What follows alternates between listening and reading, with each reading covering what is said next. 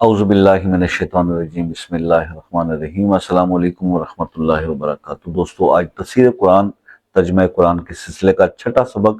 اور سورہ بقرہ کا جیسے کہ ہم پڑھ رہے ہیں سبق، تو اس میں آج ہم شروع کریں گے آیت نمبر 19 سے۔ بسم اللہ الرحمن الرحیم۔ یقاد البرق یخطف ابصارہم، اب ایسا لگتا ہے کہ بجلی ان کی آنکھوں کو اچک لے گی۔ کلما اضاء لهم مشوا فیہ، جب بھی بجلی ان کے لیے روشنی کر دیتی ہے، وَإِذَا أَظْلَمَ عَلَيْهِمْ قَامُوا، وہ اس روشنی کے پیچھے چل پڑتے ہیں۔ وَلَوْ شَاءَ اللَّهُ لَذَهَبَ بِسَمْعِهِمْ وَأَبْصَارِهِمْ، اور تو وہ کھڑے رہ جاتے ہیں، اور اللہ چاہتا تو ان کے سننے اور دیکھنے کی طاقتیں چھین لیتا۔ ان اللہ علی کل شیء قدیر، بے شک اللہ ہر چیز پر قدرت رکھتا ہے۔ تو یہاں یہ پیغام آ گیا۔ اس کے بعد یا ایھا الناس اعبدوا، اے لوگوں اپنے پروردگار کی عبادت کرو، ربکم الذی خلقکم، جس نے تمہیں اور ان لوگوں کو پیدا کیا، والذین من قبلکم،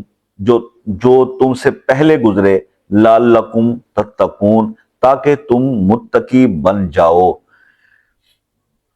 الذی جعل لکم الارض، اور جس نے تمہارے لیے زمین کو بچھونا بنایا، اور فراشا والسماء بناء، اور آسمان کو چھت بنایا،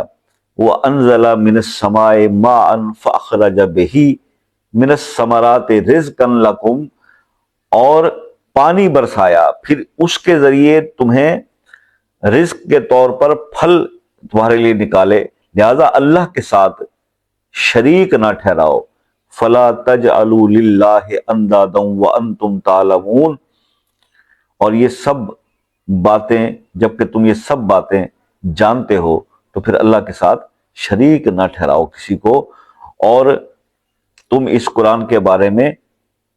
یعنی کہ ذرا بھی شک میں ہو جو ہم نے نازل کیا۔ وَإِن كُنتُمْ فِي رَيْبٍ مِّمَّا نَزَّلْنَا عَلَىٰ عَبْدِنَا فَأْتُوا بِسُورَةٍ مِّن مِّثْلِهِ، تو وہ اس قرآن کے بارے میں اللہ تعالیٰ فرماتے ہیں کہ تمہیں ذرا سا بھی شک ہو جو ہم نے اپنے بندے محمد مصطفیٰ صلی اللہ علیہ وسلم پر اتارا ہے، تو اس جیسی کوئی ایک صورت ہی بنا کر لے آؤ۔ وَادْعُوا شُهَدَاءَكُم من دون اللہ ان کنتم صادقین، اور اگر سچے ہو تو پھر اپنے مددگاروں کو بلا لو۔ اللہ فرماتا ہے، یعنی قرآن کا یہ اوپن چیلنج، کہ اس قرآن کو جس کو کہ ہم نے اپنے حبیب پر نازل فرمایا، تو اللہ فرماتا ہے کہ اگر تم اس کی سچائی پر ذرا برابر بھی وہ تم شک رکھتے ہو، تو پھر اس جیسی کوئی ایک صورت ہی بنا کر لیا، اور بلا لو اپنے جتنے بھی تمہارے مددگار ہیں، کیونکہ قریش میں اس دور کے اندر جو ہے وہ بڑے نگڑ قسم کے اپنے علم کے دعوے کرنے والے لوگ موجود ہوتے تھے، ٹھیک ہے، وہ جس میں وہ آپ کو سب کو علم ہی ہوگا کہ ابو سفیان، ابو جہل وہ بہت قابل آدمی تھا عرب میں، لیکن وہ خطاب اللہ تعالیٰ کے حبیب نے اس کو دیا کہ رہتی دنیا تک وہ ابو جہل ہی رہے گا۔ تو کہنے کا مقصد یہ کہ ان کو قرآن نے اوپن چیلنج دیا کفار کو، بھائی کہ اگر تم سمجھتے ہو کہ یہ جو ہے ایسی اس کتاب کی حقیقت سے تم روگردانی کرتے ہو، تو پھر اس جیسی کوئی ایک صورت بنا کے لے آؤ اور بلا لو اپنے جتنے بھی مددگار ہیں تمہارے۔ تو بات صرف یہ ہے، اس کے اندر جو سمجھنے کی ہوئی ہے بھائی، کہ اللہ تعالیٰ نے یہ واضح کر دیا کہ اس قرآن کو اللہ نے ہدایت بنا کر بھیجا ہے، ٹھیک ہے نا جی، اور اللہ نے ہی اب بتا دیا کہ یہ زمین بھی اللہ نے بچھائی تم لوگوں کے لیے، آسمان بھی بنایا، اور تمہیں بنایا جیسے کہ تم سے پہلے لوگوں کو تخلیق کیا۔ تو اب قرآن کریم کفر، فسق اور عذاب کی وعیدیں سناتا ہے، تو یہ اپنے کان بند کر کے سمجھتے ہیں ہم عذاب سے محفوظ ہو گئے، حالانکہ اللہ تعالیٰ نے کافروں کو گھیرے میں لے رکھا ہے، اور وہ بچ کر نہیں جا سکتے، خواب خرگوش میں، گمراہی میں۔ اب آپ یہ قرآن کا یہ تو بیان اس وقت کے تھا جب یہ صورت نازل ہوئی، کفار کے بارے میں اور ساری بیان تھی.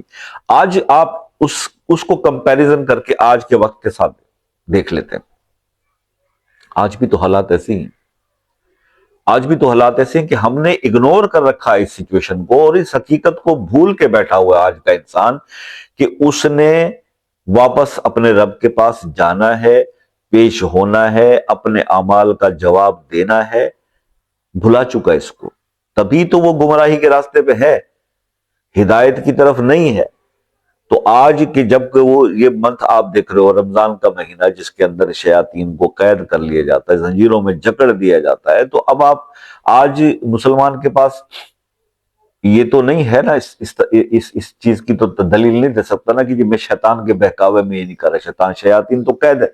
تو آج ہر بندہ اپنے نفس کا غلام ہے، ہر بندہ نفس کا غلام ہو گیا، تو وہ ہار گیا. تو سب سے بڑا جہاد جو اپنے نفس سے کرنے کا حکم تھا وہ یہ تھا کہ اپنے آپ کو اپنی اصلاح کرو اور دین کی طرف مڑ جاؤ، دین کی طرف چل پڑو. تو ابھی آپ یہ دیکھو کہ رمضان کے دنوں میں کے اندر مساجد بھر جاتی ہیں، شیاطین قید ہوتے ہیں نا، تو بہت سارے لوگ جو ہوتے ہیں وہ اپنے اس پہ واپس آتے ہیں، اپنے آپ کو ریفریش کرتے ہیں، ریبوٹ کرتے ہیں، ریچارج کرتے ہیں، انرجیز حاصل کرتے ہیں، نیکی کے کام کرتے ہیں، مساجد بھر جاتی ہیں. ٹھیک ہے، لیکن جیسے ہی رمضان ختم ہوتا ہے اور شیطان آزاد ہوتے ہیں، تو پھر آپ نے دیکھا کہ وہ رونقیں مساجد کی رمضان کے بعد بحال کیوں نہیں ہوتی؟ اس پر غور کرنے والی بات ہے. وہ جو دینا لینا ہم کرتے ہیں رمضان کے دنوں میں، اللہ کے نام پر خرچ کرتے ہیں، جو اللہ کی راہ پر خرچ کرتے ہیں، ہم لوگوں کو غریبوں کی مدد کرتے ہیں، وہ دینا لینا رمضان کے بعد کیوں جاری نہیں رہتا؟